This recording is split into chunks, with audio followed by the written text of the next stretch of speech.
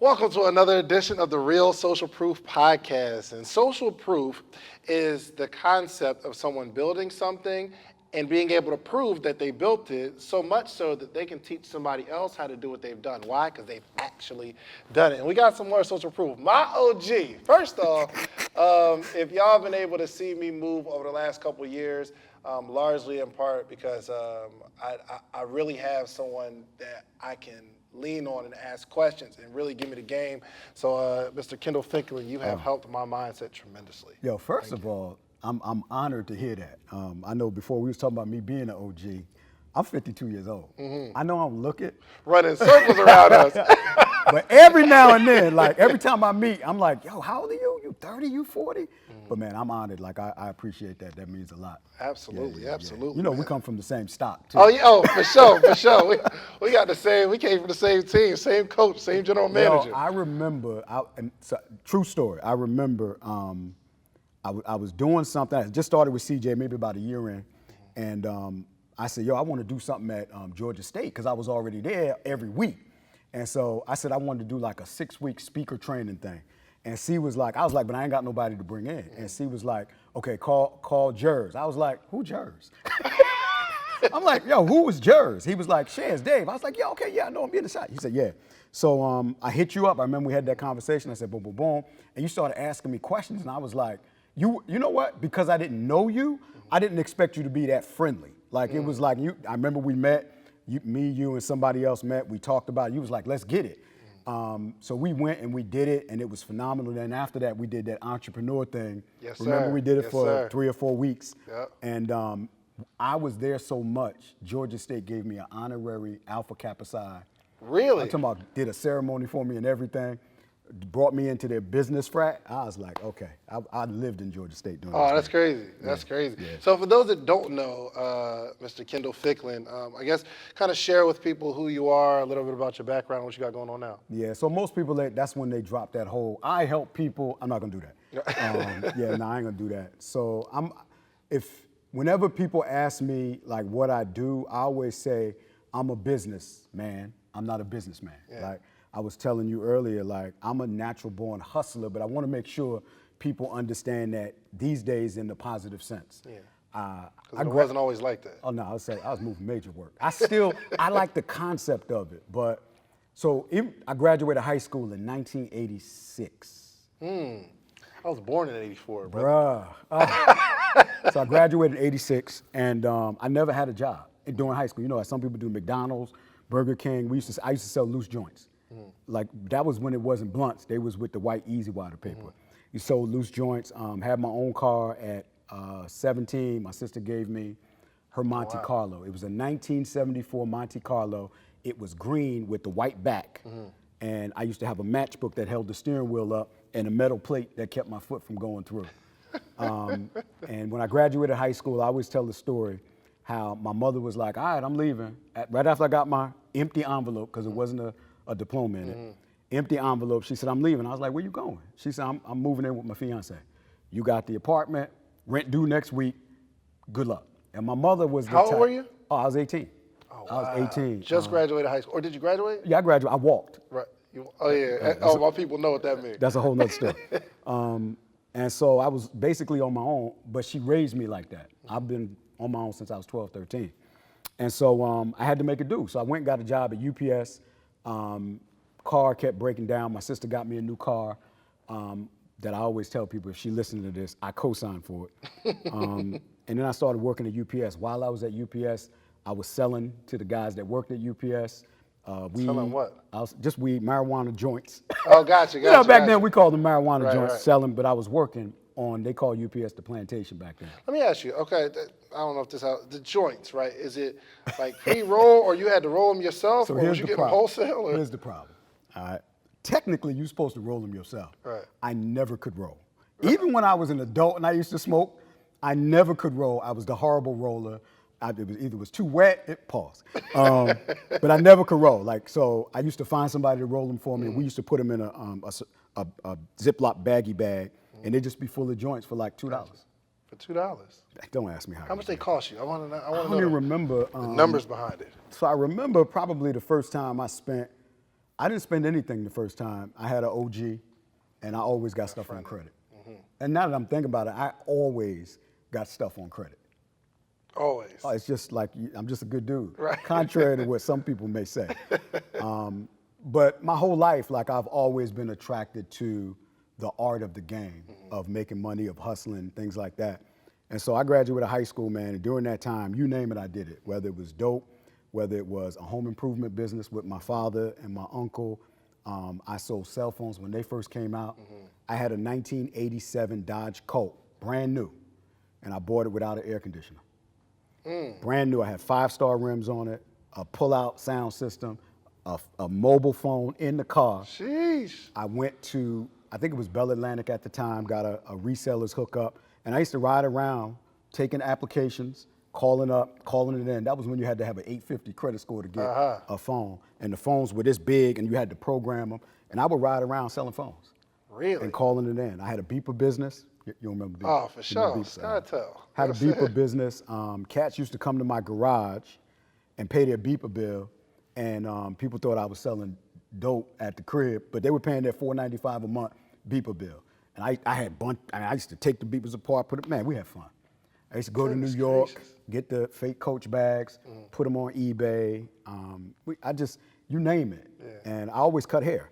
So I moved here to Atlanta in September 1999 and did a little stint at IBM Consulting, then did some consulting at Georgia Pacific. Hold on, you did consulting at IBM. Yeah, I was hoping you didn't ask me that. So, like what? Hold on. Now let me tell you, so you know how you have companies where they do contract work, right? So I went to one of those companies here. I want to say I told somebody to go there one time, but I went there and I told them like I had my own consulting company, and I told them I had about 15 or 20 people that work with me, tech guys. Right. Oh yeah, I ain't no idea.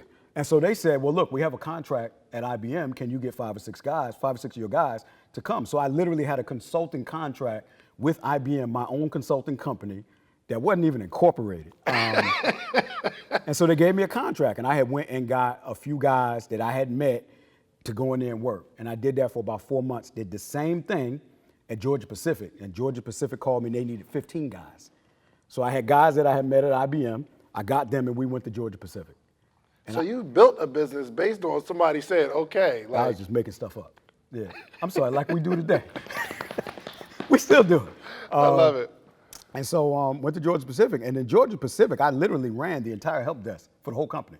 Really? Bruh, on a consulting gig. And watch, they said, look, we want to offer you a permanent job. And I was like, bet, what are the numbers? And they was going to cut my pay in half. So I was doing probably about $65 an hour. They wanted to cut that in half and then said, but we're going to give you full benefit. I was like, I need the cash. Oh, yeah. And they said, well, if you don't take this, then we got to let you go. See you later. I walked away and just said to myself, I'll make it doing website design and tech consulting work. I'm low-key a tech head. And that didn't work. And I just finally said, yo, let me just get back in the shop. And I started cutting hair 2001 here in Atlanta, and that was it. Like, I cut hair for 15 years. And you didn't do anything else other than cut hair? While I cut hair, I was selling dope. Still? I've been a natural born hustler. Right. So while I was cutting hair, early on I wasn't doing anything till I got my first shop. And I had this room in my first shop called the Boom Boom Room. We sold clothes in there, DVDs, CDs. So remember back in the day, they used to have the list. Yeah. And you can get movies. Yep. So if any of my moms are listening to this, so we used to bring the young guys in and put them to work. My sons, the young boys, guys would be getting a haircut, and they would give them a menu of movies. While they're getting a haircut. And the guys would check off what they wanted. They would take the list to the Boom Boom Room. They downloaded it and did mass production. And I was wholesaling all of the local DVD guys. I promise you, if the feds had came in, I'd be in jail right now. What? Yeah, we was moving work. We used to, we was moving DVDs. And then anything like cats. There got to be some sort of statute of limitation. I think you might be right. Cats would come in the shop selling TVs and stuff, and me and Kendall, my son, would be like, yo, where you get that from? We trying to find the plug so we can move our own TVs out of there. And those were good days. We had good days. And so I tell everybody, when they ask me what do, I say I'm a businessman, I'm not a businessman. Because for almost 30 years, like I look in these social media streets now, Dave, and I see people doing what they do, and they do a great job at it. And what I say is, I've been a full-time entrepreneur / business owner for nearly 30 years. Wow. And I say that in all humility. And when I do say that, that means I got to wake up every day and turn nothing into something. Yeah. Like there is no, like these times that we're going through, business is like that. It's cyclical. You're going to have ups and downs, but you have to know how to make it through when stuff ain't going the way it needs to go. And so like, I learned early on that you got to hustle for your business, but don't turn your business into a hustle. Gotcha. So, first off, I think that's just genius where you're maximizing the customer in the chair. Like they already signed up to get a haircut, but it's like, you saying you want fries with that? You want a DVD with that? And just take the menu. Like first off, you're gonna get the menu regardless. Yeah, and it wasn't just that. Like it wasn't just DVDs or CDs. Right. It would be we made our own product, so we would get the big buckets of shape of black soap, and I would have the young guys. It was almost like they'd be back there turning the soap, and we put it in bottles, cut it with water, and sell black soap, liquid black soap. I was selling oils, incense oils. So on this list, you can get anything from oils to DVDs to something to get you through the weekend. Anything. We used to manage strippers. Like, you name it, I did it. Oh, bro, I promise you. That's why I say I made it this far for 30 years without having a true story, real true story. In 2012, when I got sick, I was burnt out from the shop. I retired. I wrote my first book, and I told my wife I'm done. Like I'm not going back to cutting. I retired, and I had went down to it was on Peachtree Street, right across the street from the Ritz-Carlton. They had co-working, and it was during that time where I said I'm going to sell this book and I'm gonna go speak. Like that's what I'm gonna do. And I was down there. I had to wear button up down there. You know, I typically like to be like sweatsuit. And I reached out to Cantus back then. I wanted him to coach me. A few people I wanted to coach me. And it just wasn't working well. I had to go and do spoken word at places just to sell books for $5 and $10.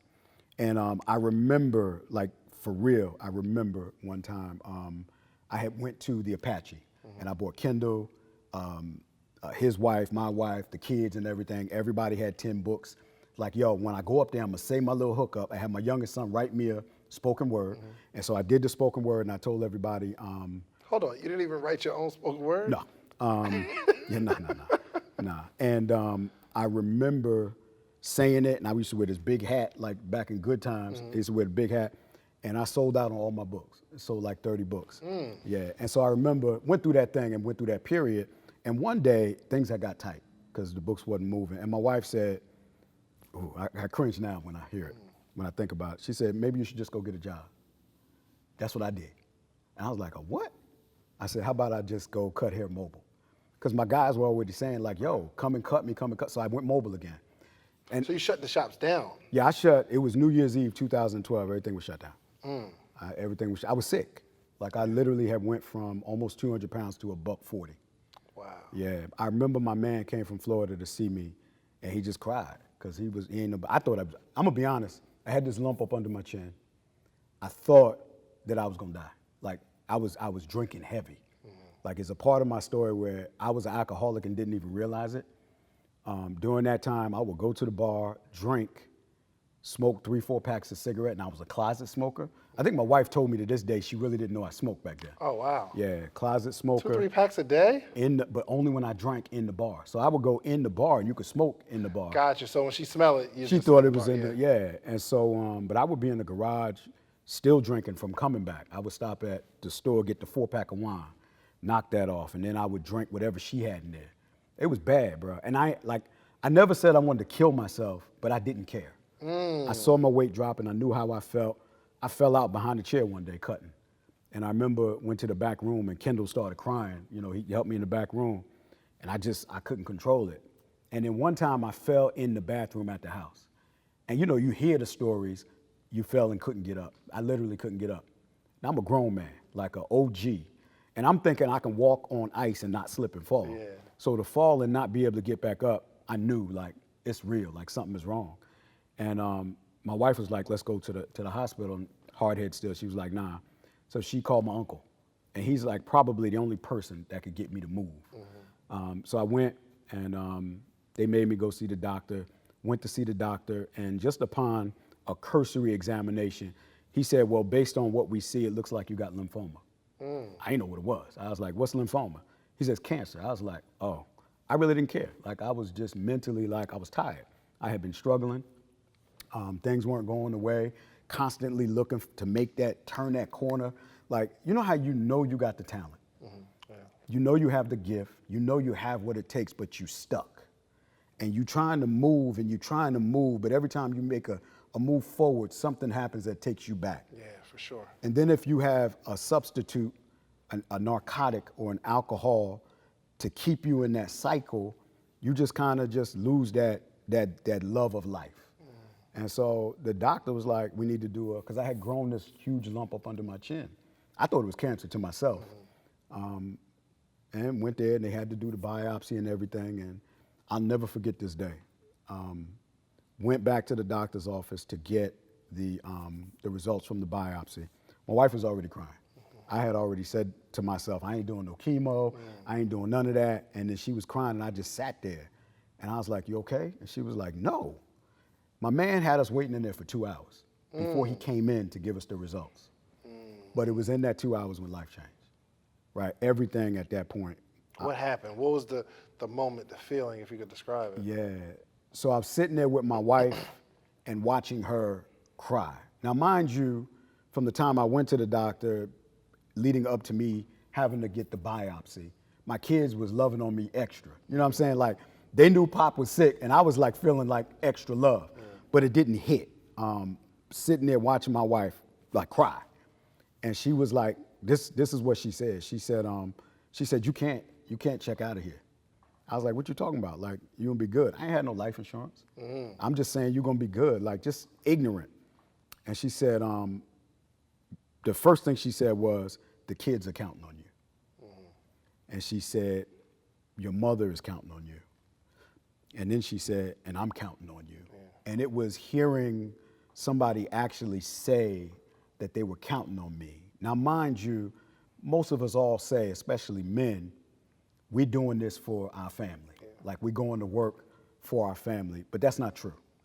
Like, if you're really doing it for, we would spend the time with them. We would do the intangibles instead of hiding behind, I got to go get this bread, or I got to move this key in order to get this money to take care. So I came to the conclusion that I can't do things for them. I really have to do it with them in mind. And so looking at my wife like that, something clicked in me. And I was like, in my mind at that point, I was like, I ain't drinking no more.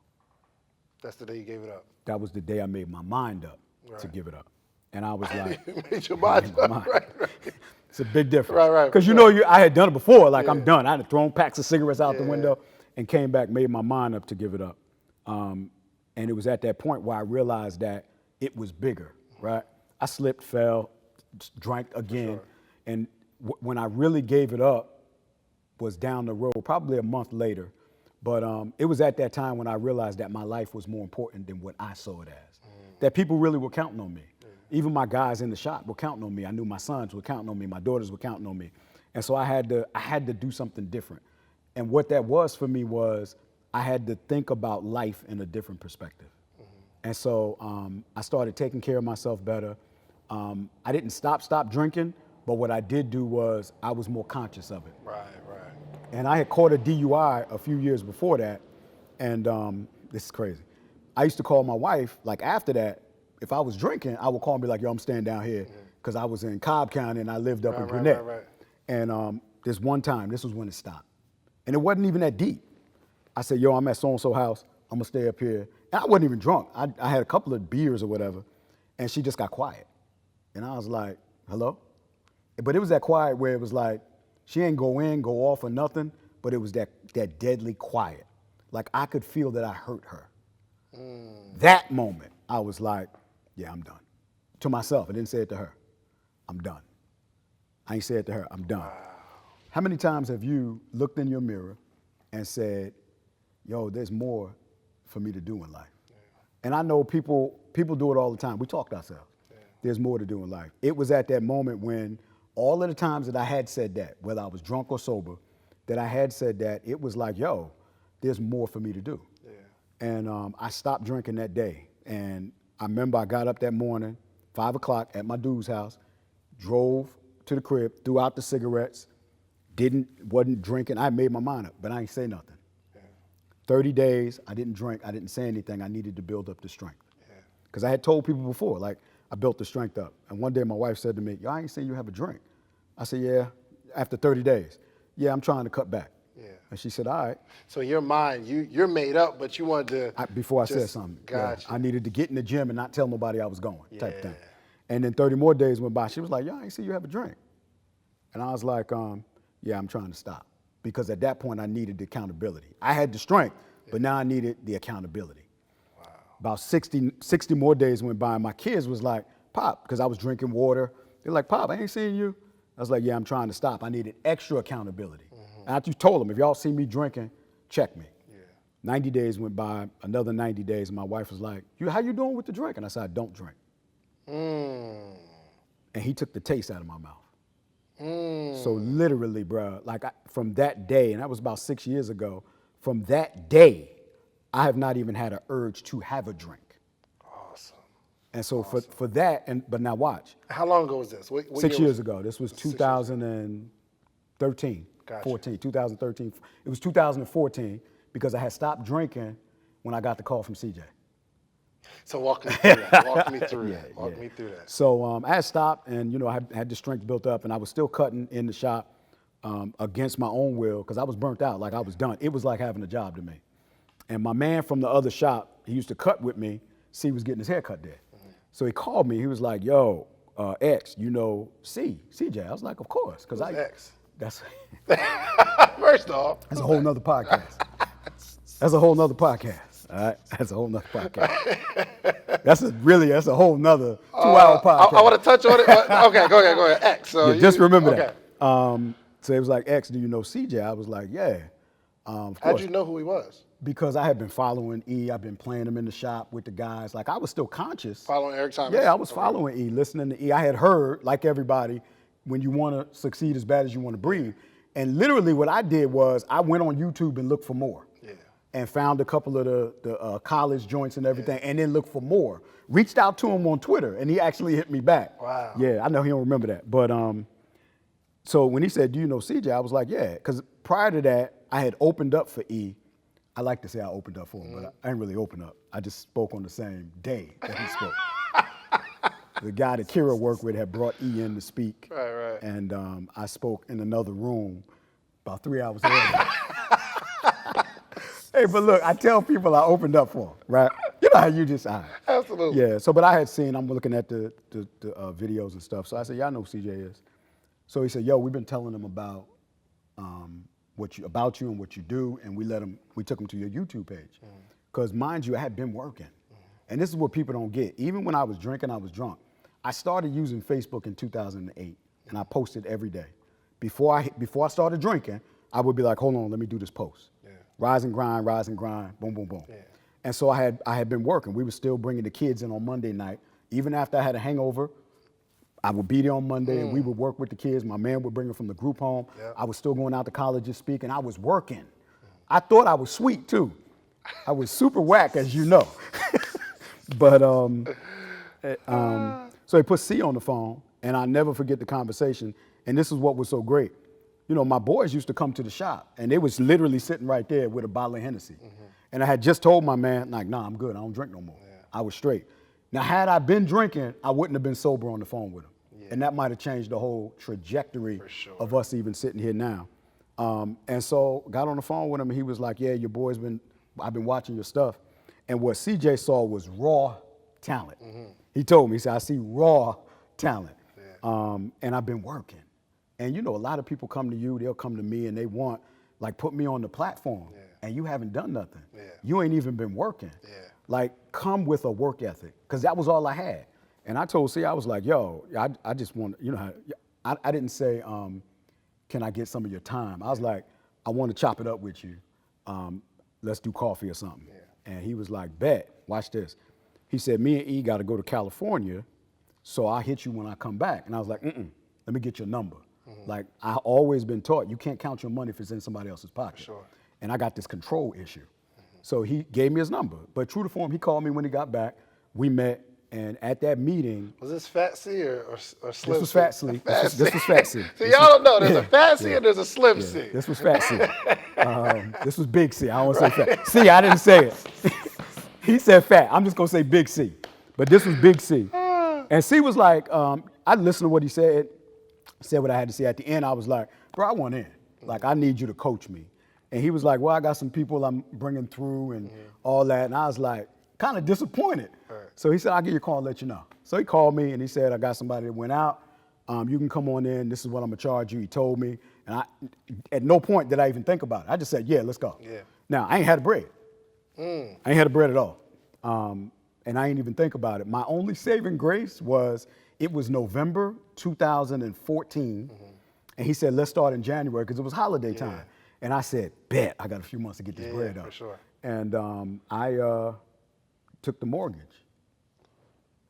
just to make I was taking the mortgage, bro. My wife, she ride or die, bro. She a soldier. But I probably couldn't have gotten away with it for too long. People don't know during that time, bro, we was in foreclosure. During that time, I had a couple of cars repoed, like on the same day.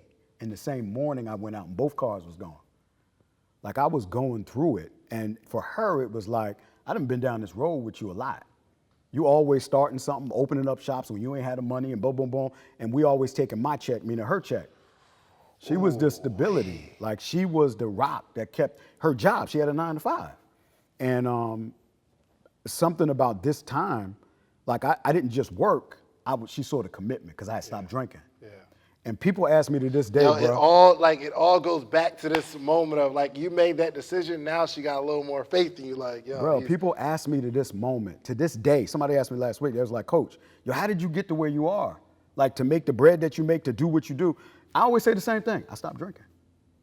Like it wasn't all of that's strategy. We all need strategy. So what was it? I stopped drinking. I made a decision. And it wasn't just the bottle. It was the discipline. Because I literally say to myself, yo, if I stop that, I can stop everything. And not just stop everything, I could start anything. Then I just started looking back. I told a client one day, I said, look what I want you to do. She was a little down on herself. I said, get a piece of paper. On the left side of the paper, I want you to write your wins. On the right side, I want you to write your losses. She wrote down all her wins, how much she's generated, the things she's accomplished. She wrote down her losses. She said, yo, I got more wins than losses. And that's what most of us look at our losses, but we ain't tracking our wins. Wow. So you take the mortgage money and you pay CJ. And well, for one, whatever number both of us was paying, those days are over. Them days are completely done. They're not done, they done. Oh, for sure. You used to be able to pull up at CJ house for a couple dollars. Bruh, them days if he like you, he'll at least work with you. But yeah, they on a whole nother level now. So you take the money and then you invest in CJ, and then what happens? So I make the investment, I get to work. I was excited. I literally felt in my heart that was where I needed to be because of who CJ was. Yeah. I had talked to a couple of different cats. Like I met with Candace a couple of times. Candace told me I ain't coaching nobody. Right? And I knew he was good at what he did, but he gave me some great advice. But when I got with C, I was like, yo, we speak the same language. And my boys had already told him how I got down, so we spoke the same language, and it just clicked, and it worked. So walk me through that first session, if you remember. Yeah, the first session, we wasn't at the crib, because he didn't know me that well. So we was at First Watch on Atlanta Road. Okay. We was at First Watch, met there. This was right before they started doing Greatness is Upon You. Yeah. He said they were going to Dallas to do one. It was the first one. And that first session, he was just trying to, get to know me, figure out where I was, so forth and so on.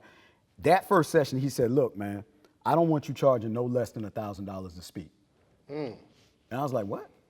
Because I wasn't making anything. I was speaking, but I wasn't getting no checks. Right. I said, 1,000?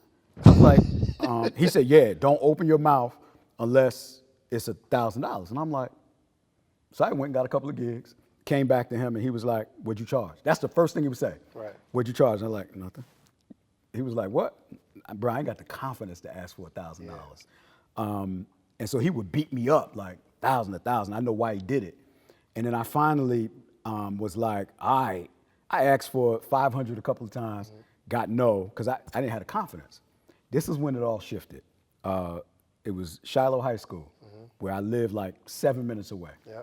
And lady I had known there, she called me. She wanted me to speak at her parent night. And I remember I had somebody in the chair I was cutting. And she said, how much is that going to cost? And I said, right around the corner from the house, $250. She got quiet. And I said, before I let her say anything, my fast self was like, yo, I can work with you on that if. Bruh, she said, no, I thought you was gonna say $5,000. It clicked. All the stuff C was telling me. C was telling me, bro, you're good. Like you good. You can, but it clicked. And I realized that other people don't see us the way we see ourselves. Like the way the world sees you is different from the way you see yourself, because the world doesn't have those limiting beliefs like we grew up with. They just see what we do. They don't really know who we are. And for us, it's like we know who we are, so we don't have that confidence. And it was that day I had went to C and told C, and he blazed me. And I was like, I get it. And then I started getting confidence. And the more I went out and spoke, the more confidence I got. And then I went from, I charged $1,000 and then went to $2,000 and $3,500. And then one day C was like $5,000. I was like, bet. And didn't get it a few times. And I got the first $5,000 gig. I was like, ooh. They paying $5,000? What? Then when I got the first $10,000 gig, I was like, oh, it's real. That's when you start walking with a whole different swag. For sure. And then my first contract, I got contracts with schools, but then when the Bears hit me up. And the Chicago Bears. And this is when the game changed for me, because it was a relationship that got me on the phone with the dude, or the introduction. But when I was on the phone with the guy that brought me into the Bears, one of the things he said, and mind you, I was in my office, I had my wife there, my palms were sweaty, I was nervous. I kind of knew I had the gig, but first time, like it's the NFL. Yeah. And I told my wife, like, I'm nervous, and make sure, but get the footage. Make sure I'm nervous and everything, but get the footage. And so I'm on the phone with him, and this is when it clicked again. I said, so what is it like, what do you want me to bring? He said, bro, I've been watching you for the last year. Ooh. It goes back to what CJ told me, just keep working. Yeah. Like, keep putting the footage out, keep dropping the footage. And I had been doing that because I had been working. And people come to you, they'll come to me, and they'll be like, yo, put me on. And the question is always, what have you been doing? Yeah. And here's what people say, man, I've been speaking here, speaking there. The first thing I say is, do you have the footage? Right. I said, nah, it never happened. Bro, I was just talking to a guy the other day, really, wants to get into it. I'm like, yeah, send me some videos. I don't have any. Putting together social proof, there's some people that are, semi like celebrities a little bit, like, verified on Instagram, big following, and they're like, yo, I want to speak. I'm like, all right, send me something of you doing it. Yeah. They don't have anything. I'm like, it's hard for me to. You can't justify it. Yeah, I don't know how you telling me you sweet, but you might come on like, all right, guys, put one foot in front of the other, make sure you're going to be successful, knowing your mind, and nobody wants to hear that. Bro, this is the most powerful thing ever. I only got the opportunity to work with CJ because he saw me working. Facts. Like, my boy showed him my YouTube page where I had videos. Before anybody told me get the footage, I was getting the footage because I knew that you had to have a body of work. Yeah. It's like when I was selling work. I couldn't just be like, yo, I got good weed or I got good powder. I couldn't just say that. Right. Like, they was like, let me see. What do you have? And I think, like, people nowadays, it's almost like, let me say it like this. I learned that I needed to do social media from you. Right? Me? Indirectly. Because I remember CJ said to me, because I don't want to say I'm old, but I'm an OG, I'm 52. So I've been older than y'all. I don't look at social media the way y'all do. Yeah. So for me, I was like, see, nobody don't care about what I'm doing. He was like, nah, and he would always say, I need you to look at Dave. Watch what Dave doing. I'm like, Dave is 20 years younger than me. What are you talking about? And I would watch you. And you was always on social. We would be places, and the first thing you do is pull your phone out. Absolutely. And I would be like, yo, how he just got the confidence to do that? Because I ain't had the confidence, right? And so, but watching that, I realized, like, I have to come out of that shell. Yeah. And because I came out of the shell, I found out my niche on the social media. I don't do it like you. I do it in, where I'm comfortable, but I had to learn how to do that. Yeah. I had to develop that by doing it. Yeah. And so when people say to me, well, nah, I'm not posting, or why do I need to post? It is because you need to develop the activity, the confidence to do it. And when I started doing that, like, I was like, all right, this thing really works. Because if I didn't do it, we wouldn't be sitting here. Absolutely. Because Absolutely. you wouldn't have seen me do anything. You wouldn't know who I am. And that means everything. So what is your, for one, we can see why you're an awesome coach because you felt it necessary to pay for coaching. Oh, Because there are a lot of people that are coaches and they haven't paid anybody to be their coach. Yep. So what is your approach with coaching? Because you coach small business owners and you do corporate as well. Yep. But in terms of small business owners, what is your approach? Because most of them ain't going to do anything. Most of them are excited, but they're not, clear on their vision.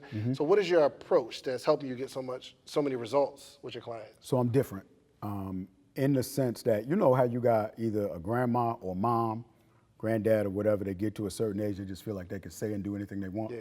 My mother, 80-something years old, and we was in the kitchen one day, we was talking, and she said something about this lady, and I was like, Ma, stop talking about it. She's like, I'm 80 years old, I can say anything I want. I was like, okay.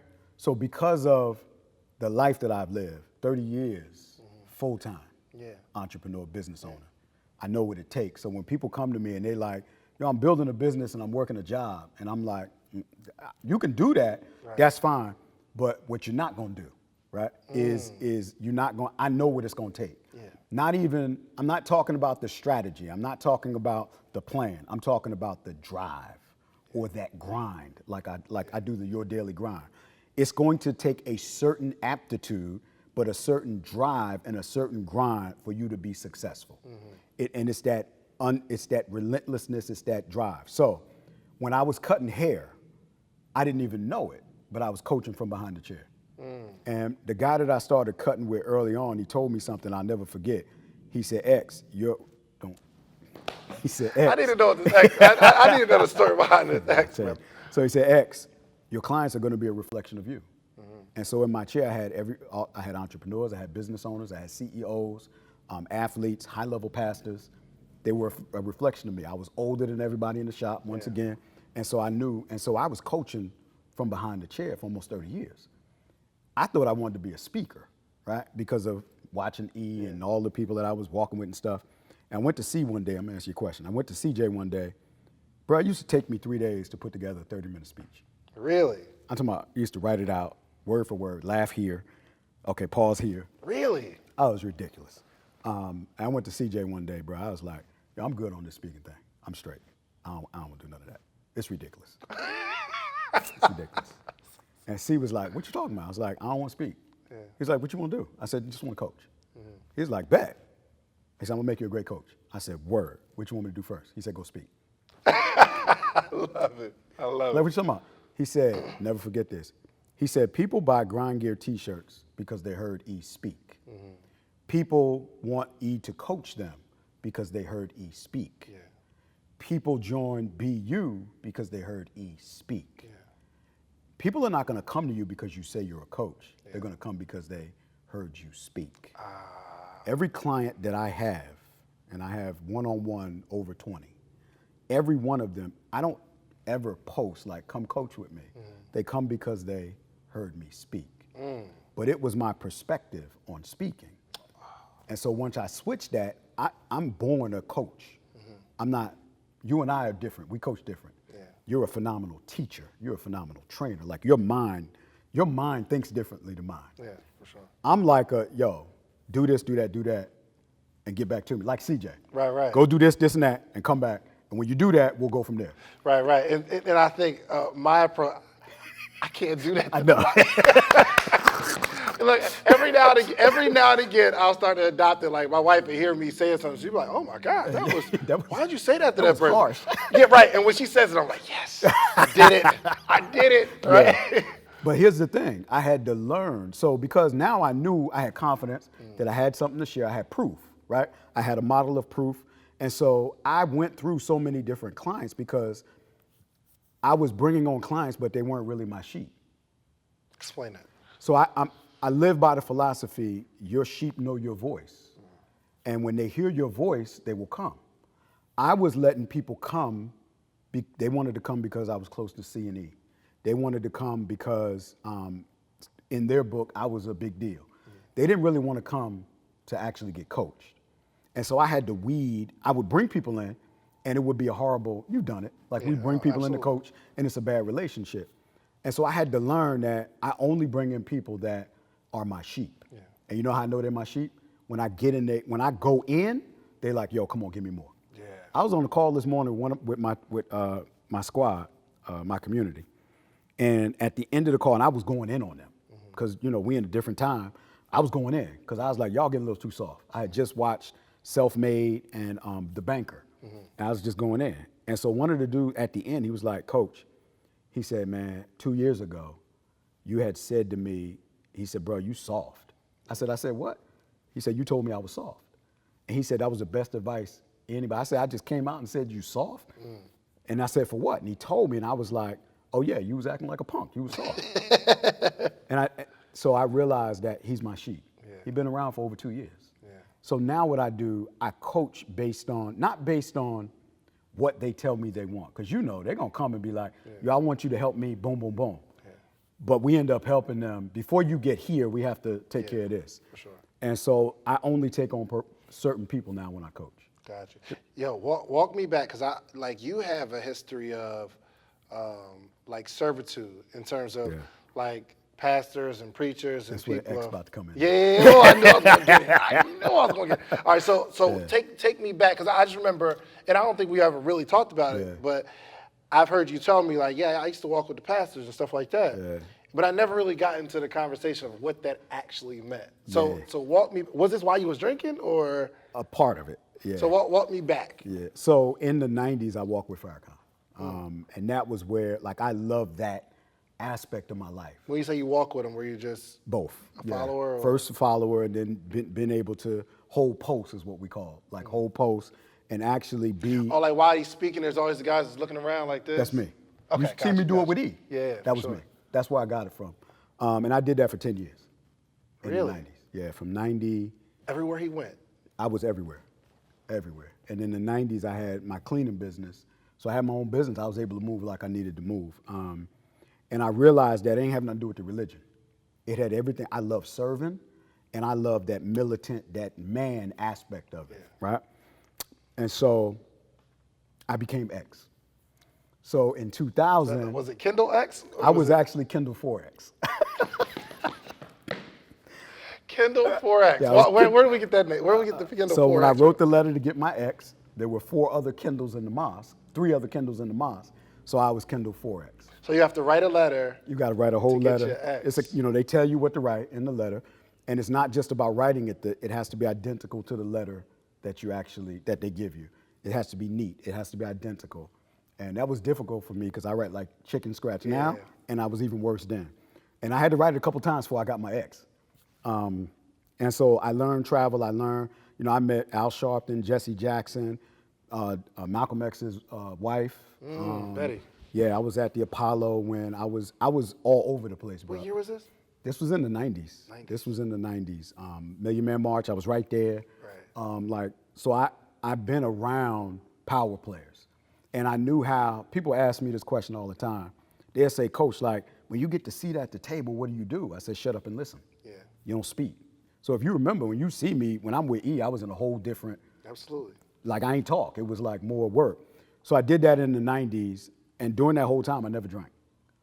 I ate 1 meal a day. I was super disciplined. Did they pay you for that? Absolutely not. So everywhere you go, you get your own ticket? On my own dime. Oh, wasn't no tickets. Wasn't no flying there. We drove. Gotcha. Yeah, wasn't no flying there. We drove. Yeah. Well, no. So the people that do that, they got to So some typically business owners? Yeah. So even if you want, I was a lieutenant and an assistant minister. And so they want you to have your own business because you need the time, right? You need to be able to lead by example, for sure, type of thing. But if you had to be gainfully employed or have your own business, that is a must. You're not going to be not working. Right. I sold the paper, I sold incense, I sold oils, you name it, I sold it. Those were some of the greatest days of my life because what I learned there, you don't learn nowhere else. That was phenomenal, and I saw the love of that servanthood. And so when I moved here to Atlanta, September of '99, I had fell off, started drinking again, all that. And did they kick you out? No, I left. No, it was here's the other piece to it. My personality is such that I don't play well in other people's sandboxes sometimes. 10 years was enough. I'm a boss. Like in my head, I'm a boss. And sometimes it could get on the borderline of arrogant. And back then it probably was. Yeah. And so knowing that I'm a leader, there are certain things, like you get to a point when you live in the house with your mom and you got to follow her rules. Yeah. But when you start making your own money, you get to the point like, yeah, I want to come in whenever I want to. Yeah. It's time for you to leave. And so when I got to the point that I wanted to do things the way I felt like I wanted to do it and didn't want to listen to the orders that were coming down, it was time for me to go. So it didn't necessarily have anything to do with Farrakhan, maybe like some of your upper... Never him. Like even crazy? To this day, right. I would I still listen to him. Yeah. To this day, I still, like I told my wife, we was in Michigan in February. I wanted to go to Detroit to the hookup because he 86, 87 years old. Still go crazy for 3 hours. Bruh. On stage. I'm talking about flatfoot, no theatrics. I did 8 hours. We stood and we was in Harlem. He went to work for 8 hours straight. Oh. No notes. No notes. Beast. And I could quote this is back when we had cassette tapes. They was white. I had a trunk full of cassette tapes. I could verbatim, word for word, every one. Wow. Yeah. All right, so you leave that and then you go where? So because I was searching my whole life, I went over to the other Muslims with the white robes and the beards. I couldn't wear the white robe. I couldn't do that. And at the time, I couldn't get no beard. Just, you know what I'm saying? Right. You know what I'm saying? Just, so I was like, and I remember I was at the masjid one day, and I was always inquisitive. Remember, I don't play well in other people's sandboxes. So I asked the imam one day, I was like, why do we have to learn Arabic? And I could speak a little bit Arabic. And he was like, because Allah only speaks in Arabic, and in order for you to understand, you need to know the language. And I was like, no. You saying he only speak one language? It was at that point where I was like, nah, bro, I can't, because I felt like you were trying to make me Arab. Yeah. And I was like, can't do that. Then I went over I was a Mason. Goodness gracious. Bruh, I got my master's degree in, because I went through that, and again. Master's degree, not through college, but like through their system? Oh yeah, I ain't never go to college. Gotcha. Through the Masonic thing. I got, not master's degree, I forgot what they call it, but it's that third level. Did that, and it just wasn't a good fit. Then I went to the church, I remember I was walking with a preacher, and he was dirty. And I was like, I don't need to be with you. Like it was a big name? Not that one, no. Right. But my thing was, back then, if I stood with you, I had to be clean myself because I didn't want to be a hypocrite. Yeah. Then moved here, went into my first barbershop, and there was a pastor that used to come get his hair cut, Pastor Reese. My dude, good dude. I started walking with him. They would tell him, because I was hard. When you say walking with him, it's like? Armor bearer. Armor bearer. Period. That's the best way to say it. Armor bearer. He made me director security. It was a small church, whatever, but I love doing that. That's what I did. So I never told them I was X. It was the way I carried myself. I was X. And then I told them, all of the stuff I did. That's where X came from. Okay, gotcha. So I was X. And then I was X for a good long time. Yeah. Walked with the preacher, fell off. I told him one day, bro, I done fell off. I started drinking again, boom, boom. I need to sit myself down. Sat down, waited till I got straight, got strong again. So my whole life, on and off, not my whole life, but drinking, stopped drinking, and so forth. But during those days was when I learned how to serve. Yeah. But it was always in my heart to serve. So one day, when CJ told me I could go to all the events, because he was coaching me, I was like, all of them? He said, yeah, you can come anywhere. I ain't got to pay. Right. Like, nah. So I straight in X mode. What? No, I was just in the audience. Right. And then I used to bring Kira with me. And I was going to all of them, the local joints. And then it was San Fran or Phoenix. And the quote unquote groupies don't go that far out. Yeah. It's a different ticket. Yeah. So I went out, and C was like, yo, I need you to cover E. And I was like, bet. Right. That's what I do. Oh, that's what I do. And did it, and me and E clicked, and C was like, yo, can you do that again? Absolutely. Yeah. And then I just went into servant mode. Wow. I told CJ one time, bro, I was like, yo, I want to do that as a business. And I think I want to start up that type of business. I didn't know what to call it. And I told him I was dead serious. Like just covering like talent. Yes. Okay. Yeah. Like I had the guys like, bro, I do that. Yeah. And C was like, no. I was like, when you say no, I'm saying I'm a grown man. Right. I was like, but I want to make it a business. He's like, ain't nobody gonna pay you for that. I was like, he said, no. I was like, what? No. He said, bro, get this first. Yeah. Get that first. And it made sense, like, get that first. And what I learned from walking with E and like that just opened up everything. Yeah. That's awesome, man. That's awesome. So do you have any that work with you in that capacity? Nah, but here's what's funny. They all come and they'll say it. Now, here's the difference, bro. Like when I was with E, I never called E and was like, where you gonna be? Yeah. Ever, never, right? I was polished. Yeah. I would call whoever his assistant was. Yeah. I would call and be like, all right, give me the schedule. I was still calling CJ at times, be like, you want me to go there? You want me to? Yeah. Okay. Like I'm never going to force myself in. Mm-hmm. And I would find out where he was gonna be, mm-hmm. and I would just be there. I never text him or anything. He would see my face and he knew Kendall got me. Yeah. But guys come to me and they like, I want to walk with you. Okay, don't ask me, just make it happen. Yeah. And if I see that because I can't just have anybody around me. Yeah. I need to know, there's got to be some sort of, I'm gonna say click. Like we need to click. Yeah. There's got to be some sort of something. And if you asking me to do it, it ain't gonna work because you're trying to force pieces that don't fit.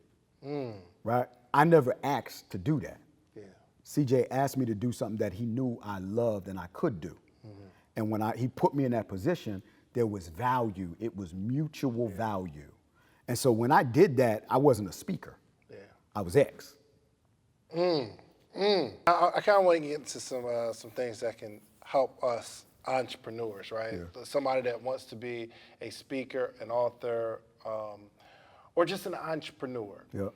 What are some of the steps that it takes to become a success? Because I've had the pleasure of watching you always going after it, but the last couple years have been super impressive. Thanks. Like super duper impressive. Thank you. So like for the small business owner that's watching, like, yo, I want to be connected to certain people. I want to build a speaking career. What are some of the tools that you're going to give them? Yeah, so here's the thing. I had an opportunity to sit at the table, right? Whether it was at your table, CJ, E, anybody, when I had the opportunity to sit and learn. Like I remember we were in, I was about to say Woodbridge Mall, Cumberland, mm-hmm. and me, you, Josh, E was at the table. We were at the Cheesecake Factory. Yeah. And you would walk around with a notebook. Mm-hmm. And you still do. Absolutely. Walk around with a notebook and you were taking notes. That was your way of learning. And you did something that I never really did. You asked a lot of questions, mm-hmm. which was phenomenal. And then you would write it in your notebook and walk away and execute. I would listen to what was being said, take it in, and that if I was with Josh by ourselves, I would ask him, hey, what did you mean by this? Probably most times when we got in the car, what did you mean by this? Or I would ask E or CJ, what did you mean by this or that? And then I would take it in and then I would execute. CJ never got me or gave me a gig. Mm-hmm. I always went and got my own. Yeah. To my knowledge, I don't think E ever got me a gig. I always went and hunted for myself. For sure. And I think the challenge that most people have is they come asking mm-hmm. instead of coming with something that they have already done. Yeah. Remember I said earlier, CJ rocked with me because he saw raw talent. Mm-hmm. The key in that is that he saw raw talent. So when I came to him, I had a grind, I had a work ethic, I had a desire not to get connected to him and E, but I wanted to take my life to the next level. Yeah. And so the biggest thing I could say to those people that really want to take their business to the next level is to handle their business before they decide to do business. Explain that. And what that means is people come to you, they come to me all the time, and they want us to show them or get their business right, but their personal life is a mess. Mm. Remember I said when people come to me and ask me like, Coach, so how did you get here? I stopped drinking. Yeah.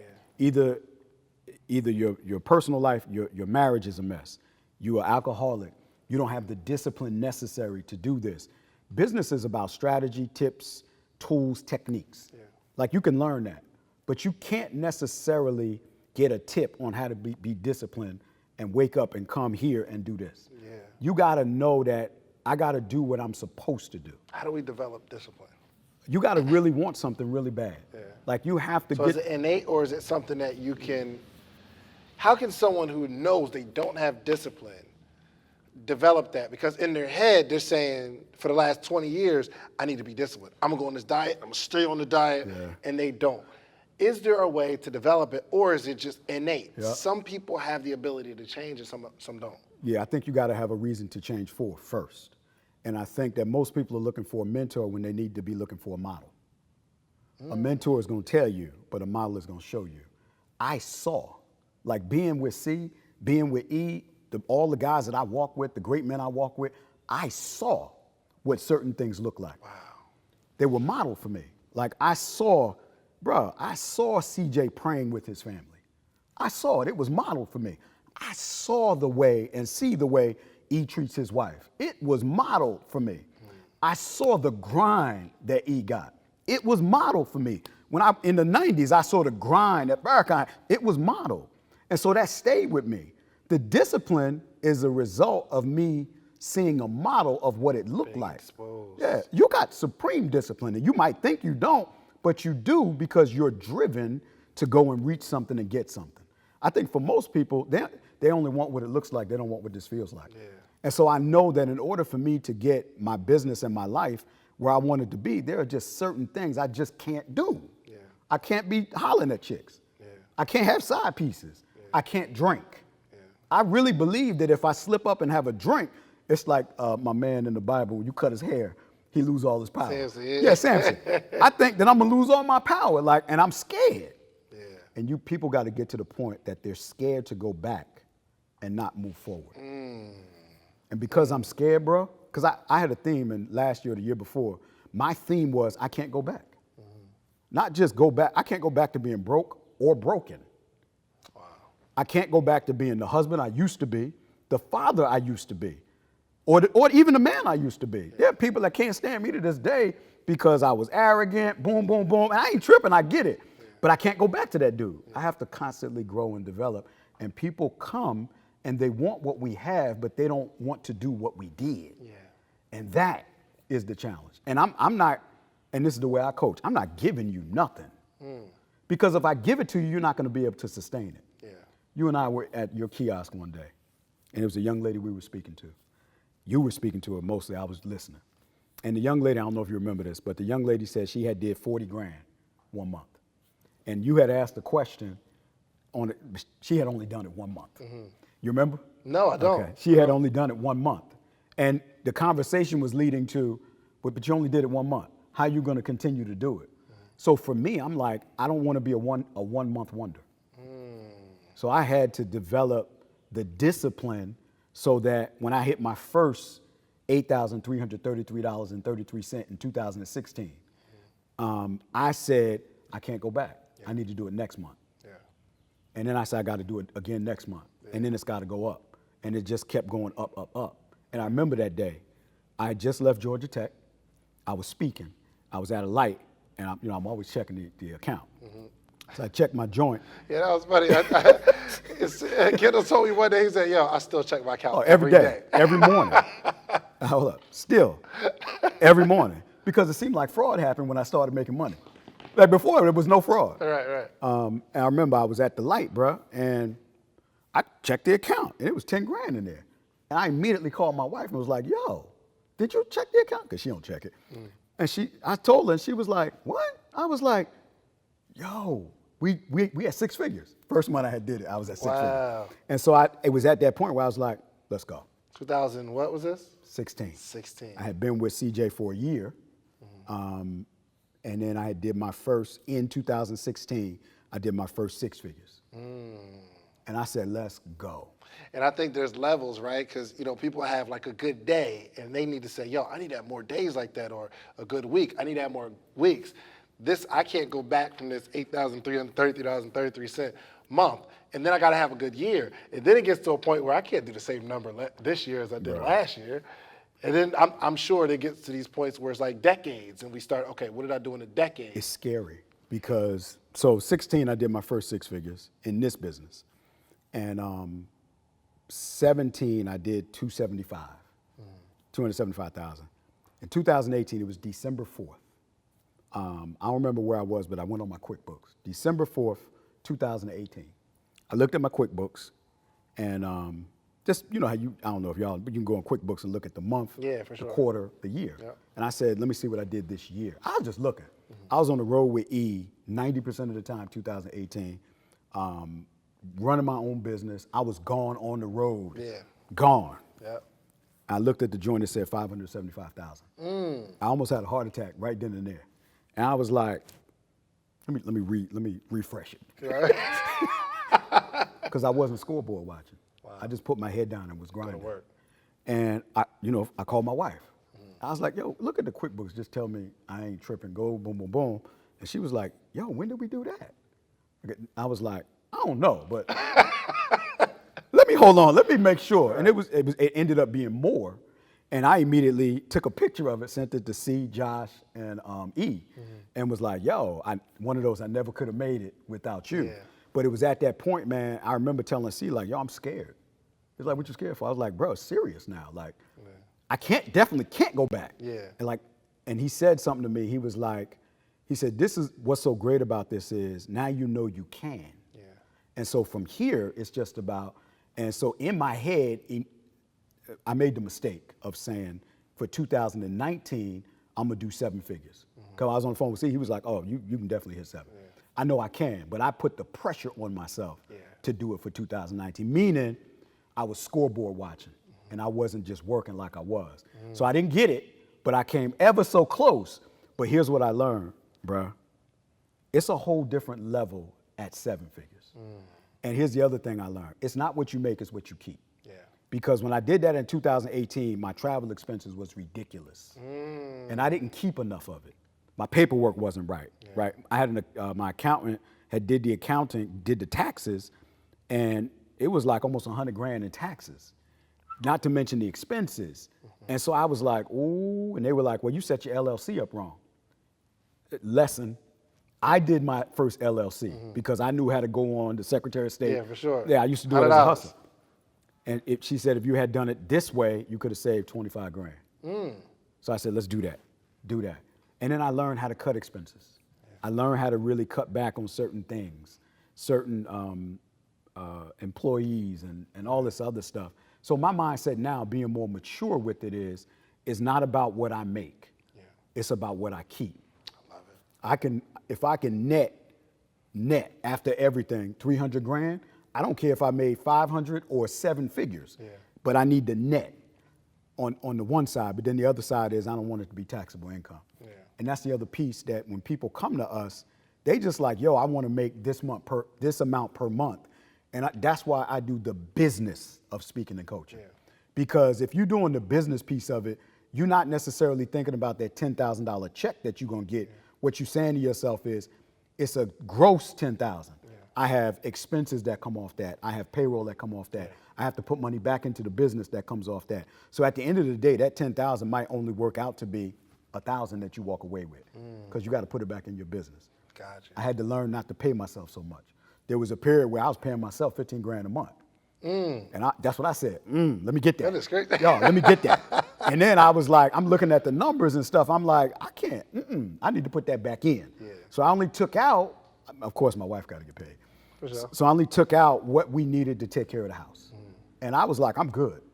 I'm gonna be able to make it through. So little things like that means everything. Awesome. Look, I really have a million more questions, but that just leaves us for a part 2, okay? Because people really I really want our next interview, like becoming a profitable speaker, because you have mastered it, and so much so hopefully maybe somebody's watching this in 2020 and you have it up and running on like helping other speakers. Obviously you coach everybody, but like the process of, making the calls and actually running a speaker's business for them. So that's coming. Okay, I'm his first client. First off. Okay. But I like to make predictions on the podcast, man. I want to know where you see yourself in the next 5 to 10 years, what you feel like you're going to accomplish in the next 5 to 10 years, so that we can look back at this video and I can have it on tape. Like, yo, Kendall said he was going to do it, and he did it. Look. So give me your next 5 to 10 year prediction. Yeah. First off, before you do that, when did you? Okay, so you stopped using Kendall X, and then was it a name change or something? Go back to Ficklin? Forget it. Okay, that's the first one. So next 5 to 10 years, what do you see? Yeah, so in 5 years, I won't be on the road as much as I currently am, and I'll have probably about 3 more businesses already doing the stocks, and I'm about to get a couple of cargo and Sprinter vans. We're looking at the Amazon model, the Sprinter vans with Amazon. Yep. So we'll probably have that up and running before the end of this year. Solid. So literally in 5 years, we'll still be doing the business of speaking and coaching, but it's going to be the business, more business behind everything. I probably won't be looking, so now I look for gigs for the check, and that's going to shift. I want to train people how to use the platform to drive business to your business. That makes sense? So standing up on a platform in front of hundreds or thousands of people and developing, I got these C's that I use, I'm stop. When you get on your platform, you want to create, connect, collect, communicate, and convert. Okay. So the creators have your content, create your content, and I'm not talking about selling from stage. Yeah. Create your content, connect with your audience, collect the information, communicate from your relationship headquarters, and then convert them into a client or a customer. Gotcha. And so in 10 years, I fully expect to be doing that at my leisure, like maybe speaking twice a year, working with CEOs and business owners at CJ rates. Yeah, for sure. You know, where CJ's charging now. And then just enjoying life. Like I'm in my 3rd quarter of life, and real quick. So 1st quarter is from 0 to 21, right? That's when we should be learning. 2nd quarter is from 22 to 42. That's when we should be earning. Those are the prime years for us to earn. Still learning, but now we're earning. From 43 to 63, that's 3rd quarter. That's when we should be living, right? So we learn, earn, live in the 3rd quarter. 3rd quarter, still learning, still earning, but now we're living. Like we're able to go and enjoy time with our family and enjoy the work that we've done. Yeah. And then 4th quarter is forgiving. Giving back to those who are behind us and coming up, giving to our grandkids, giving to our kids. So learn, earn, live to give. So in my 3rd quarter, I'm living. But by the time 10 years comes, I'll be in my 4th quarter, or right around that 4th quarter. I want to be giving. I want to be able to do the philanthropy. I want to be able to go to schools and work with young people and not have to worry about a check. So I tell all my speakers now, the challenge that you have is you're looking for gigs to get a check instead of looking for gigs to serve, because you're trying to eat from the stage when you really need to create a business. Last thing before I go. Talk to me. I tell every speaker or coach that I work with at the very first day, write this down. You're not a speaker. You're not a coach. You're a business owner. Speaking and coaching is a service that you offer in your business. I like that. That just changed my whole mindset. So first off, make sure y'all please follow Kendall Ficklin on all platforms, but not just hit the follow button, but like really follow the way that he moves, because it's very, very impressive, if I must say so myself. So I guess let everybody know how they can get in touch with you. Yeah, I do this all the time. Google me. And I'm gonna tell you why. Because Google me. There was a time when you Google me and you see that mugshot from when I had, but I always tell people, let your good deeds outweigh your bad. Yeah. And so what I've done is all of the good that I've done has pushed down. That's why I drop so much content, because I'm looking for that mugshot to go down, down, down. So now I don't even know what page it's on, but it ain't on no page that anybody gonna be able to pull up. So if you Google Kendall Ficklin, I want you to see what comes up. I want you to see real. One of the things I love about you and what we do is the way people see us on social or on video, the way they see you is the way you really are. Facts. And so we don't put up no pretenses. Yeah. Just Google me, Kendall Ficklin. Absolutely. Make sure y'all follow my boy, man. I appreciate you, Mr. Ficklin. Just give us a motivational word to take us out of here, man. Yeah, let me give everybody some encouragement, right? So I always tell people I want to leave you with some encouragement. Whatever it is that you say that you want to accomplish, you can do it, right? Whatever it is that you're striving for, you can get it done. But here's the encouragement. It's going to be hard as hell. I want to let everybody know, like, you're not going to do it without putting in the work, without having those difficult days, without waking up and your body aching, you crying, you're going to go broke. You might get the repo. You might lose the house. But if you really want and you really desire what it is that you want, you will fight your way through it. But it's going to be hard as hell. Just know that. But look, make sure y'all follow Mr. Kendall Ficklin, okay? Yes, he is a social proof speaker, okay, 2 years in a row. He's probably going to be at every single social proof conference, okay? Because the information is just so relatable. So, man, listen, if you're following me, if you're listening to this podcast, make sure you follow Mr. Kendall Ficklin. All right? We are out of here. Peace.